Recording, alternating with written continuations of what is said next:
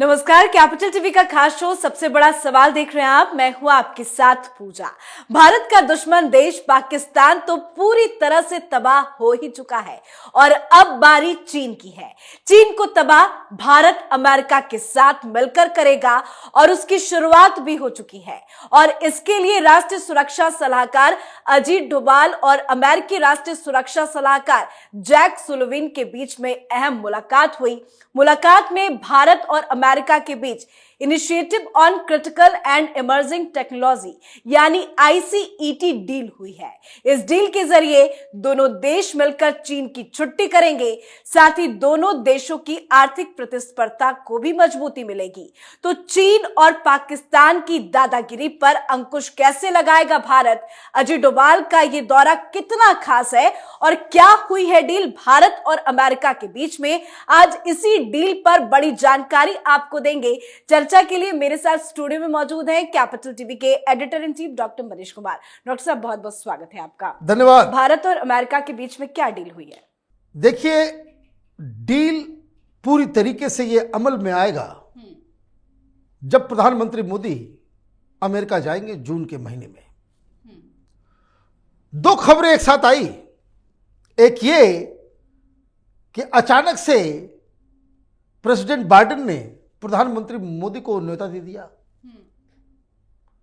दोनों की टीम एक दो दिन के अंदर तारीख को तय करने वाली है। हिंदुस्तान में चुनाव भी है, G20 का भी सब कुछ इंगेजमेंट है। प्रधानमंत्री को कम से कम 2 से 3 दिन निकालना होगा। एक दिन आने में, एक दिन जाने में, 2 दिन वहां, 4 दिन तो मिनिमम। और वहां क्या क्या प्रोग्राम है, तो डील साइन करने के अलावा उस दौरान वहां पे संसद भी चल रहा होगा। तो ज्वाइंट पार्लियामेंट्री सेशन को एड्रेस करेंगे प्रधानमंत्री मोदी।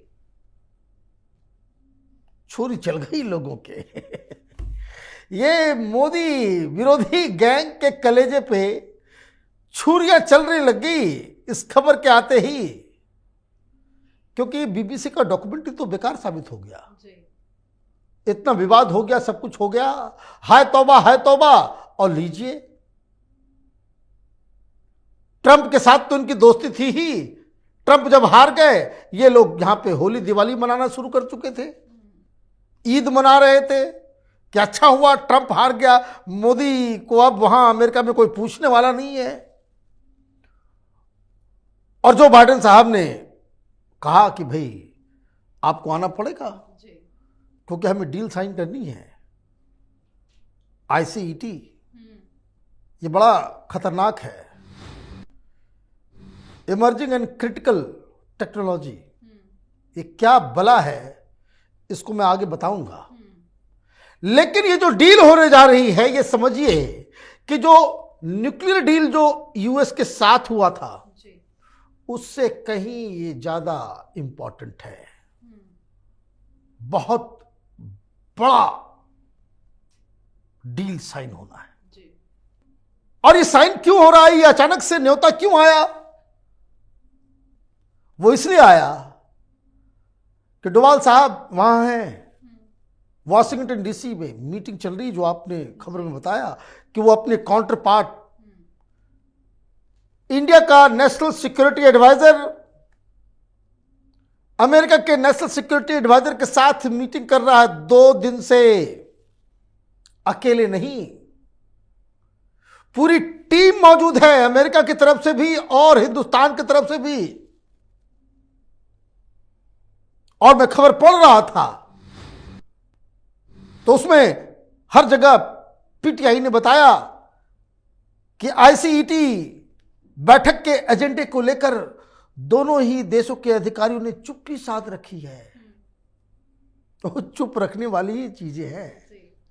लेकिन जब 2 देश के इतने बड़े डेलीगेशन, आप ये समझिए कि rarest of the rare case में जब हेड ऑफ द स्टेट नहीं जा रहे हों, तब इतना बड़ा अधिकारियों का डेलीगेशन वॉशिंगटन DC गया है।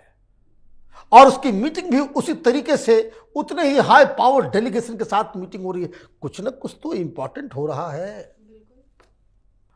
तो डोभाल साहब ने तो कमाल कर दिया, और वहां 2 दिन की मीटिंग के बाद कल व्हाइट हाउस से बाकायदा प्रेस रिलीज जारी किया गया और बताया गया कि हम लोग बहुत ही अच्छा काम कर रहे हैं, मीटिंग हुई, ये हुआ वो हुआ। तो जब बड़े बड़े जब राष्ट्राध्यक्ष या head of the government summit करते हैं, जब उनके बीच समझौता होता है, तो उसके पीछे की कार्रवाई ये होती कि उसके पहले ब्यूरोक्रेट्स, तमाम एक्सपर्ट्स उन सब चीजों को, उस डील को फाइनलाइज करके रख देते हैं, ताकि बाद में जब दोनों की मुलाकात होती है तो फिर वो बैठ के सिर्फ साइन करते हैं। तो क्या मतलब है कि ये मीटिंग सक्सेसफुल, यूएस और इंडिया इस आईसीईटी डील के लिए दोनों में सहमति हो गई, और सहमति ऐसी हुई कि इमीडिएटली कहा गया कि भाई प्रधानमंत्री मोदी को बुलाया जाए जल्द से जल्द। अब इससे 2 बातें समझ में आ रही है कि एक बहुत ही इंपॉर्टेंट सीक्रेटिव, और दूसरा कि ये बहुत इंपॉर्टेंट है, इमीडिएट करने की आवश्यकता है। नहीं तो 6 महीने टाला भी जा सकता है कि फिर रिव्यू करेंगे, ये करेंगे, वो करेंगे। नो, ये मसला ऐसा है कि इसको इमीडिएटली अभी तुरंत इसको करके खत्म करना है। अब उसके लिए पार्लियामेंट में भी आपको आना होगा, ये इतना बड़ा चीज है।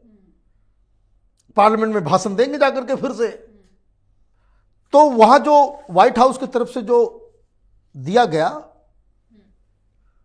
तो उस मीटिंग में कौन कौन थे आपको समझ में आ जाएगा कि क्यों चाइना और पाकिस्तान में हड़कंप मचा हुआ है। वहां तो ऑफ कोर्स उस मीटिंग में अमेरिका के नेशनल सिक्योरिटी एडवाइजर थे, जो अमेरिका के, जिनके कंधों पर अमेरिका की सुरक्षा के दायित्व है। लेकिन इस मीटिंग में administrator of national aeronautics and space administration, NASA का नाम सुना है ना, नासा के चीफ भी थे।